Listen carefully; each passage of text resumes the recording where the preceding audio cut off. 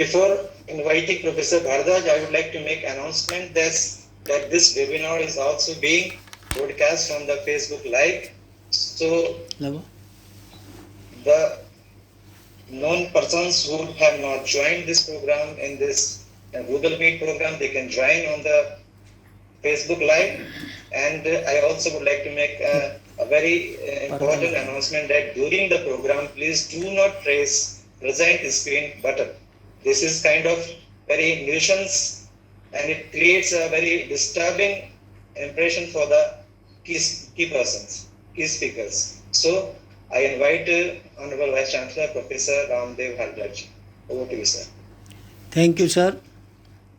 Yes, sir. You are audible, sir. Okay, thank you. So nice of you. Mahatma Gandhi केंद्रीय विश्वविद्यालय के कुलपति मेरे भाई संजीव कुमार जी, प्रति कुलपति जवाहरलाल नेहरू विश्वविद्यालय प्रोफेसर चिंतामणि महापात्रा, जयप्रकाश जी, Rajiv Kumar ji, dean social sciences, और इस वेबिनार से जुड़े हुए सभी विद्वान साथियों, आज हमें जो विषय चर्चा के लिए आप लोगों ने दिया है, जिस पर हम चर्चा कर रहे हैं, वह है कि नई विश्व व्यवस्था कैसी होगी। मुझे ऐसा लगता है कि today the world is corona centric and tomorrow's world order would be China centric. हमारी जो विश्व की व्यवस्था होगी वह चीन केंद्रित होगी। विश्व के सभी राष्ट्र चीन को केंद्र मानकर अपने अपने राष्ट्रीय हितों को, अंतर्राष्ट्रीय हितों को, अंतर्राष्ट्रीय संबंधों को, कूटनीतिक को, व्यापार वाणिज्य और नई नई चुनौतियों को नए तरीके से परिभाषित करेंगे। क्योंकि ऐसा दृश्य जो कोरोना के साथ सामने हमें देखने को मिल रहा है, न भूतो न भविष्यति, न कभी भूतकाल में हुआ और ईश्वर चाहे कि भविष्य में ऐसा कुछ न हो। प्रायः ये धारणा है कि कोरोना, जिसने पूरी दुनिया में त्राही त्राही मचाई है, 1 करोड़ के करीब व्यक्ति मृत्यु के घाट उतर गया है और विश्व का ऐसा कोई देश नहीं है जो इस संक्रमण से प्रभावित न हुआ हो। बहुत ही छोटा वायरस जिसने पूरी दुनिया को परेशान कर रखा है। मैं ये बताना चाहूँगा कि एक कोरोना का वजन 0.85 एटोग्राम होता है। अर्थात यदि इसको हम रूपांतरित करें तो 0 पॉइंट के बाद में 18 शून्य लगाने के बाद 85 ग्राम एक कोरोना का वजन आता है। और पूरे विश्व के कोरोना का वजन यदि ले लिया जाए, उसकी मात्रात्मक, तो केवल 2 ग्राम का है। 2 ग्राम का यह अदृश्य शत्रु प्रकृति निर्मित है, मानव निर्मित है। यह अंतर्राष्ट्रीय राजनीति के विशेषज्ञों के द्वारा, वैज्ञानिकों के द्वारा चर्चा का विषय है, लेकिन हम सब परेशान हैं, इसमें दो मत नहीं।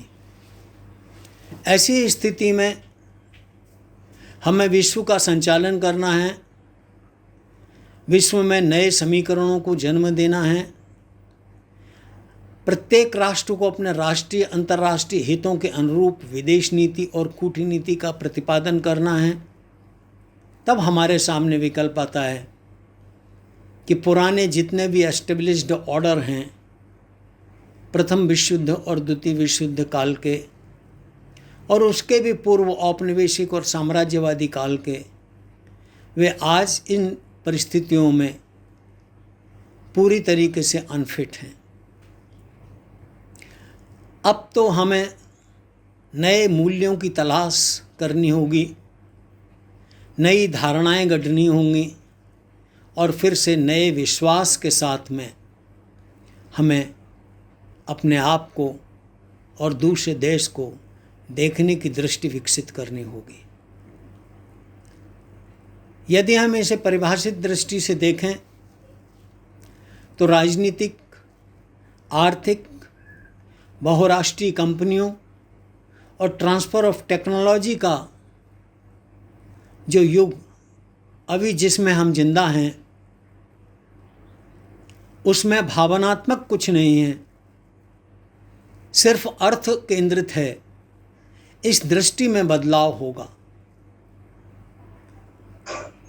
और इसके साथ साथ चीन जो एक बड़ी शक्ति के रूप में पोस्ट कोल्ड वार उभर के सामने आया है, उसको केंद्र मानकर सारी समीकरणें बनेंगी। चीन को केंद्र क्यों माना जा रहा है? प्राय धारणा दृढ़ होती चली जा रही है कि चीन के कारण ही विश्व को आज यह स्थिति देखने को मिली है। चीन अनुभवमूलक कूटनीति का प्रतिपादन करता है।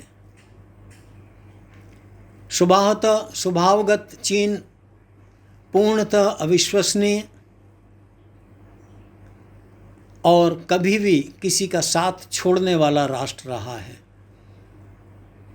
हमारे सामने अनेक चुनौतियां हैं और खास करके एक बहुत बड़ी चुनौती है चीन के विस्तारवादी नीति को रोकने की चुनौती।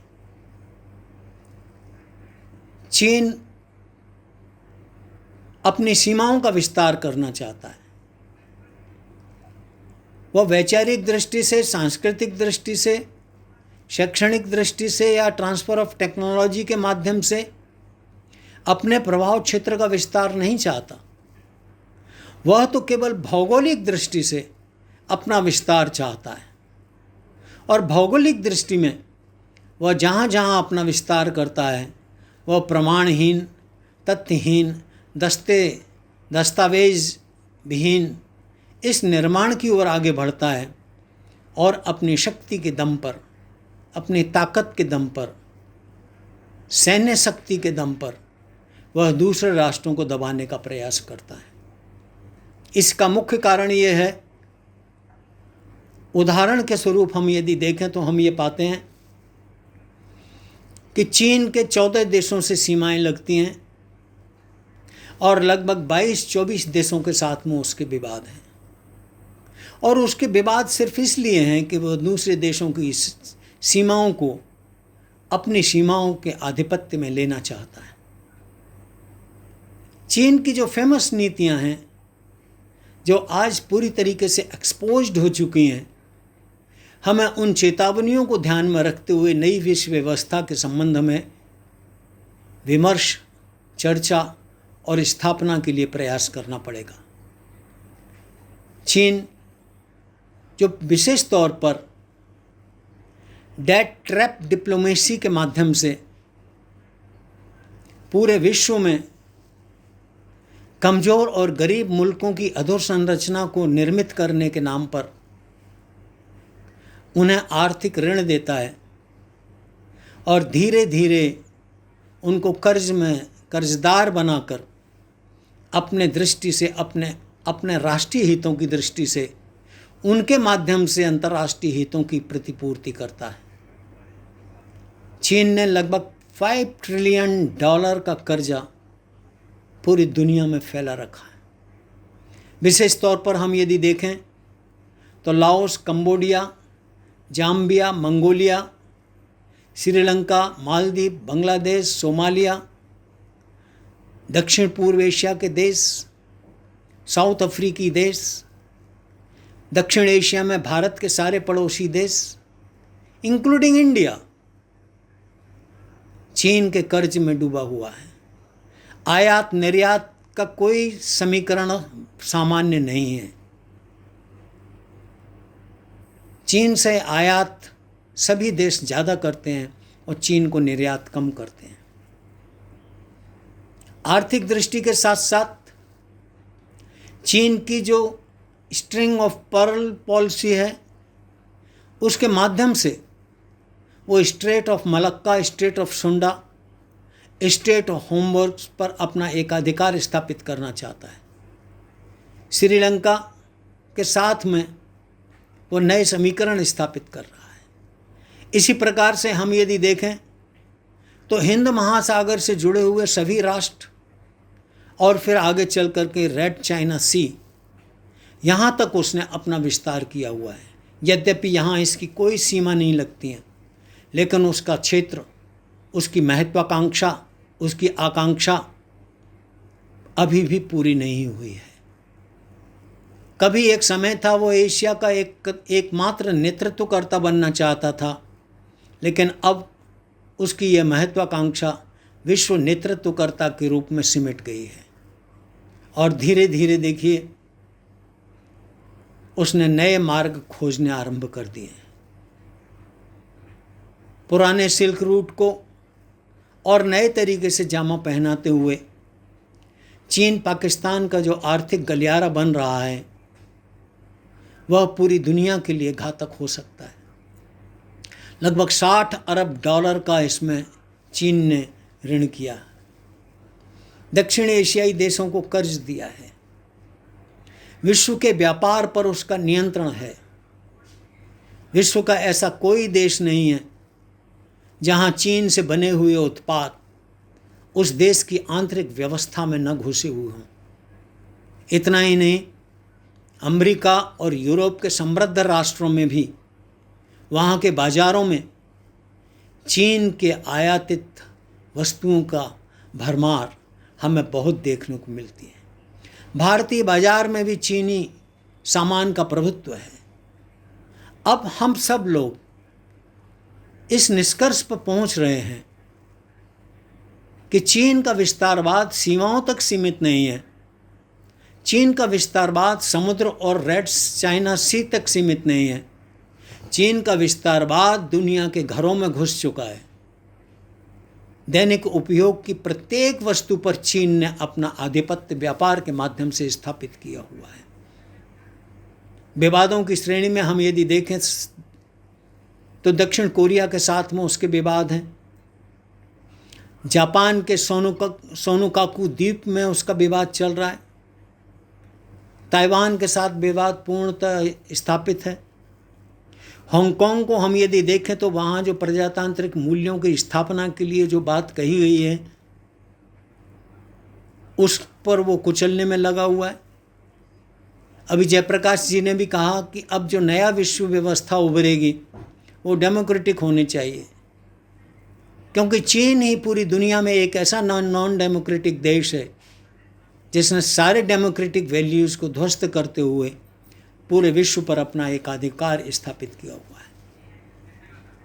भारत के पड़ोस में हम यदि देखें तो अक्साई चीन पर चीन अपना प्रभुत्व बनाए हुए है। लाइन ऑफ कंट्रोल को वो मानता नहीं है। सीमा विवाद चीन के साथ में बरकरार बढ़ते चले जा रहे हैं। तब हमारे सामने एक और प्रश्न ये उत्पन्न होता है, क्या हम ऐसे ही एक दूसरे को आरोप मढ़ते रहेंगे अथवा कोई एक नई विश्व व्यवस्था के बारे में सोचेंगे? मुझे क्या लगता है, जैसा कि सभी अन्य जो समाज वैज्ञानिक भी सोचते हैं इस बारे में, कि अब जो विश्व की जो व्यवस्था होगी उसमें 3 चीज़ें बहुत प्रमुख होंगी। एक तो राष्ट्रवादी तत्व, निगरानी के तत्व और तीसरा तानाशाही में वृद्धि। और इसके अलावा अब जो नई व्यवस्था बनने जाएगी उसमें दुनिया के सभी राष्ट्रों को मिलकर के यह सोचना होगा कि व्यापार युद्ध अपने स्थान पर है, एकाधिकार अपने स्थान पर है, लेकिन मानवता का संरक्षण, संवर्धन, नियमन किस प्रकार से हो, इसे पुनः परिभाषित करने की आवश्यकता है।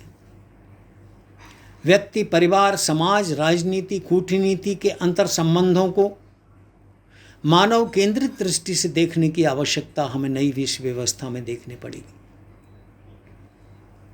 व्यवस्था कैसी हो?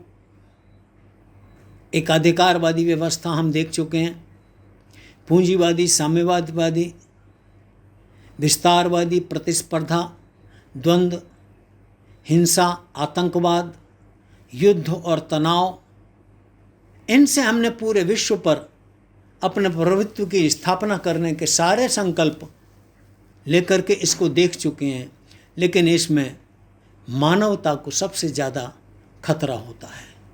आज भी कोरोना संक्रमण के कारण मानवता त्राही त्राही कर रही है और दुनिया के विकसित राष्ट्र जो स्वास्थ्य की दृष्टि से अपने आप को सर्वोच्च शिखर पर बैठाते थे, आर्थिक दृष्टि से संपन्न थे, तकनीकी दृष्टि से संपन्न हैं, वे इन व्यवस्थाओं में कुछ कर नहीं पा रहे हैं, किम कर्तव्य विमूढ़ हैं, वह एक दूसरे की तरफ देख रहे हैं।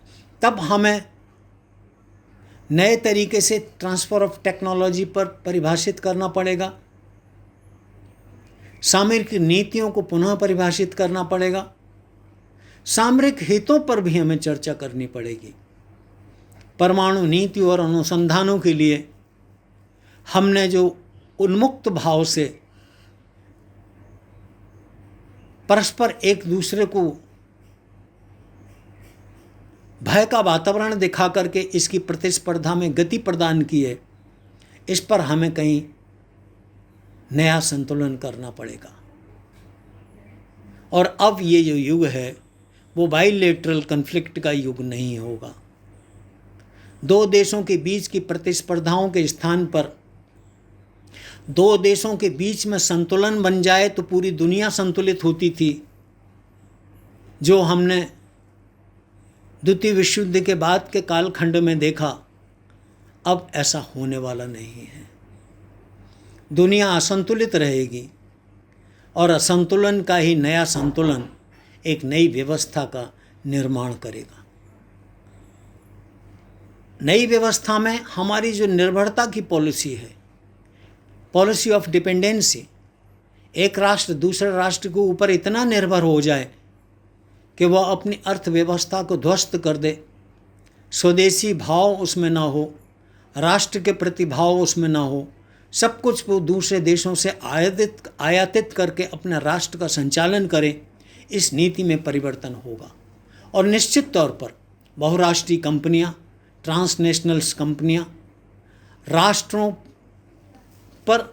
राष्ट्रों की निर्भरता, MNCs एंड TNCs पर राष्ट्रों की निर्भरता धीरे धीरे कम होगी। वह अपने स्वतः के उत्पादों पर ज़्यादा भरोसा करेंगे। वास्तव में एकाधिकार, विस्तारवाद और साम्राज्यवाद स्थायी मॉडल नहीं हो सकता विश्व राजनीति का। पूंजीवाद और साम्यवाद भी एक स्थायी व्यवस्था का मॉडल नहीं हो सकता। इसलिए जब असंतुलन ही नया संतुलन विश्व में स्थापित करेगा, चीन की निर्भरता पर समाप्ति होगी, सार्वजनिक हितों और विदेशी हितों में भी निर्धारण किया जाना पड़ेगा। एक राष्ट्र के राष्ट्रीय नेतृत्व के हित पूरी दुनिया के हित नहीं हो सकते। एक राष्ट्र के नेतृत्वकर्ता की महत्वाकांक्षा पूरी दुनिया की महत्वाकांक्षा पर आरोपित नहीं की जा सकती। इस दृष्टि से हम यदि देखें तो आज पूरी दुनिया चीन के ऊपर गुस्से से भरी हुई है। वह एग्जिट चाइना पॉलिसी को अडॉप्ट कर रही है। अपने यहाँ जो चीन के उत्पाद हैं उनका बहिष्कार, और चीन के अंदर जो उसकी बहुराष्ट्रीय कंपनियां लगी हैं उनको वापस बुलाने का काम दुनिया के प्राय सभी देशों ने, जिन देशों की वहाँ बहुराष्ट्रीय कंपनियां काम कर रही हैं, वो लगा हुआ है। चीन का यह आर्थिक विकास जो पिछले 2-3 दशकों में हमें देखने को मिला है, उसका प्रमुख आधार यूरोप के अनुभव, यूरोप की टेक्नोलॉजी, यूरोप के वैज्ञानिक और यूरोपीय राष्ट्रों के जो विद्वान थे उनका चीन ने भरपूर उपयोग किया, और अब वह पूरी दुनिया के लिए घातक बन चुका है। नए विश्व व्यवस्था के अंदर जो इंफॉर्मेशन टेक्नोलॉजी होगी, वो information is a power, information जानकारी ही ताकत होगी। यदि दुनिया के राष्ट्रों को यह पता होता कि चीन के अंदर कोरोना संक्रमण के कारण इस प्रकार की व्यवस्था होने वाली है, चीन में कोरोना वुहान का जो वायरोलॉजिकल इंस्टीट्यूट है उसमें इस प्रकार के प्रयोग हो रहे हैं और इसके ये घातक खतरे हो सकते हैं, तो दुनिया पहले से अपने इस बारे में कुछ सचेत होती। इस दृष्टि से विश्व का जनमत आज चीन का विरोधी है। आज ये भावनात्मक विश्व जनमत है।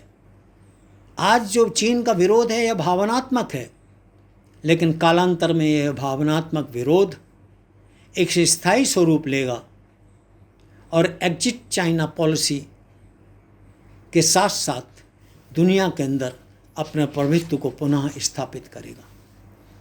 इस आधार पर यदि हम देखें तो हमारा जो कोरोना सेंट्रिक ग्लोबल ऑर्डर होगा, चाइना सेंट्रिक ग्लोबल ऑर्डर होगा, उसमें हमें इस प्रकार के चैलेंजेस के साथ में जीने का अभ्यास डालना पड़ेगा। आइसोलेशन तो होगा, there would be association also. हम किन्हीं राष्ट्रों की उपेक्षा करेंगे, लेकिन सारे राष्ट्र मिलकर के आपस में सहयोग भी करेंगे। प्रतिस्पर्धा के स्थान पर समन्वय और सहयोग के भाव को विकसित करने वाले हमारे मॉडल विकसित होंगे। अमेरिका और दुनिया के ऐसे कई राष्ट्र जो प्रतिस्पर्धा के द्वारा घृणा फैला करके, ईर्ष्या, उपेक्षा और तिरस्कार करके दूसरे राष्ट्रों की उपहास उड़ा करके कूटनीतिक संबंध बनाते थे, उन सारे संबंधों को ध्वस्त करने का ये समय है। चीन की सर्वाधिकारवादी नीति को भी ध्वस्त किया जाएगा। यूरोप का सामूहिक स्तर और सामूहिक व्यापार की चिंता निश्चित तौर पर होगी।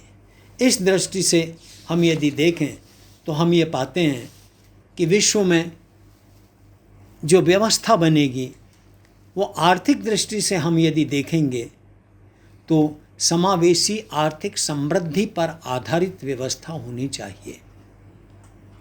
लोकतांत्रिक समाजों की स्थापना और दृढ़तापूर्वक लोकतंत्र का पालन, यह भी एक उस राष्ट्र की जिम्मेदारी के साथ साथ पड़ोसी और विश्व के राष्ट्रों की भी जिम्मेदारी है।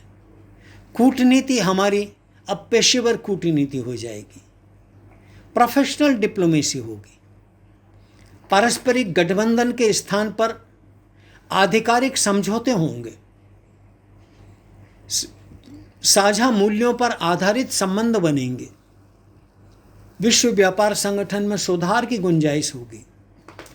बहुपक्षीय विश्व व्यवस्था जो मल्टीलेटरल अप्रोच है उस पर आधारित होगी। आवर कंट्री इज फर्स्ट, हमारा राष्ट्र प्रथम, इसकी अवधारणा का विकास होगा। और यह तभी विकसित होगा जब सारे राष्ट्र यह सोचेंगे कि वे अपने स्वदेशी भाव को जागृत करेंगे। अंतर्राष्ट्रीय संस्थाओं का विकसित देशों के प्रति झुकाव होगा और अलायंसेस फॉर मल्टीलेटरलिज्म का विकास होगा। जो द्विपक्षीय या बहुपक्षीय संबंध बनेंगे, इसमें जो गठबंधन बनेंगे, उसमें अभी एक तत्काल उभरता हुआ गठबंधन हमें देखने को मिलता है, एक लूज अंडरस्टैंडिंग देखने को मिलती है भारत और अमेरिका के द्विपक्षीय स्तर पर। तीसरा, यूरोपियन यूनियन की नीति में बदलाव होगा और भारत के साथ में उसका एक बहुत अच्छा एसोसिएशन होगा। G7 के देश जो चीन से नाराज़ हैं, उनका झुकाव आर्थिक पक्ष की दृष्टि से भारत के साथ बढ़ने की संभावना है। नाटो के जो 29 कंट्रीज़ हैं, वह नए तरीके से परिभाषित होंगे। बहुपक्षीय कूटनीति बनेगी, दो लोगों की कूटनीति, दो राष्ट्रों की कूटनीति नहीं, बहुपक्षीय कूटनीति होगी। समान हितों पर और समान परिवेश पर आधारित कूटनीति होगी और इसका प्रणेता भारत होगा। इसका प्रणेता भारत होगा। और एक और नया समीकरण हमें देखने को मिल रहा है, वह है चतुष्कोणीय दृष्टिकोण, जिसमें जापान, अमेरिका, भारत और ऑस्ट्रेलिया ये मिल करके नए प्रकार के संबंध बनाएंगे। इस दृष्टि से हम यदि देखें तो चीन के विरोध में जो पूरा विश्व की व्यवस्था निर्मित होने जा रही है, उस व्यवस्था में हमें बहुत संभल के आगे बढ़ने की ज़रूरत है, न केवल हमको बल्कि पूरे विश्व को। ये इमोशनल फेज़ है, लेकिन व्यवहारिक फेज़ ये है कि चीन जो 70 और 80% दुनिया के सभी राष्ट्रों के घरों में घुसा हुआ है, उसको वहाँ से कैसे निकालेंगे, इसके लिए कोई स्पष्ट रणनीति और स्पष्ट ग्लोबल ऑर्डर हमें बनाना होगा, तभी हम जा कर के इन सारी स्थितियों का सामना कर सकेंगे। मुझे आप सभी लोगों ने आमंत्रित किया, मैं आपका आभारी हूँ। और विशेष तौर पर विश्वविद्यालय के जो कुलपति हैं संजीव शर्मा जी, उनको मैं अपना आभार व्यक्त करता हूँ कि उन्होंने मुझे ये मौका दिया कि वेबिनार के माध्यम से आप सभी लोगों के विचारों से अवगत हो सकूं और वर्चुअली ही से ही आप सब लोगों के दर्शन कर सकूं। बहुत बहुत धन्यवाद, कोटिशः धन्यवाद। जय भारत।